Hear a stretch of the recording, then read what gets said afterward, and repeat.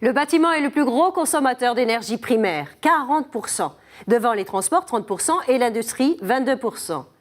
Il est responsable de plus de 40% des émissions de CO2.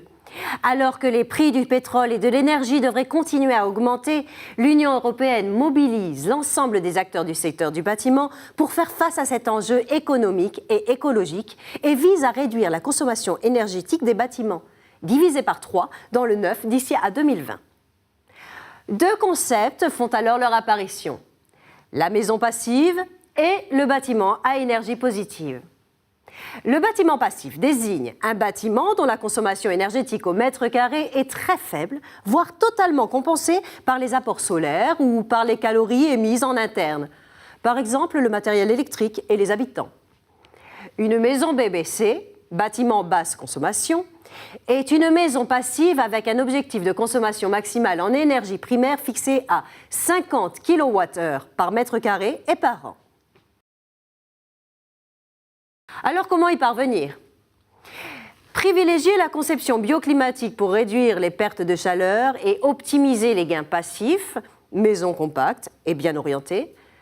Choisir une isolation adaptée, performante et éviter les ponts thermiques. Empêcher les fuites d'air et la pénétration du vent tout en renouvelant l'air grâce à la VMC. Sélectionner des équipements à haut rendement pour le chauffage et l'éclairage. Avoir recours aux énergies renouvelables telles que la géothermie, pompe à chaleur, puits canadien, le solaire, photovoltaïque thermique ou l'éolien. Le bâtiment à énergie positive BEPOS, quant à lui, est un bâtiment passif ultra performant et équipé en moyens de production d'énergie renouvelable. Il produit plus d'énergie qu'il n'en consomme. À partir de 2020, tous les bâtiments neufs devront être à énergie positive. Toits, murs, fenêtres permettront d'accumuler et de restituer de la chaleur ou seront utilisés pour produire de l'électricité. Le bâtiment à énergie positive fournira à ses utilisateurs un environnement intérieur sain et confortable et il facilitera les comportements éco-responsables. Il cherchera à réduire les besoins de chaleur, de froid et d'électricité, puis à utiliser des énergies renouvelables locales pour subvenir aux besoins restants. Quelles sont les mesures incitatives?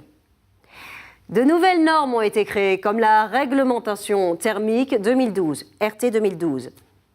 Des incitations fiscales existent, notamment le crédit d'impôt au développement durable, le prêt à taux zéro plus PTZ+, et la TVA à taux réduit pour les travaux de rénovation.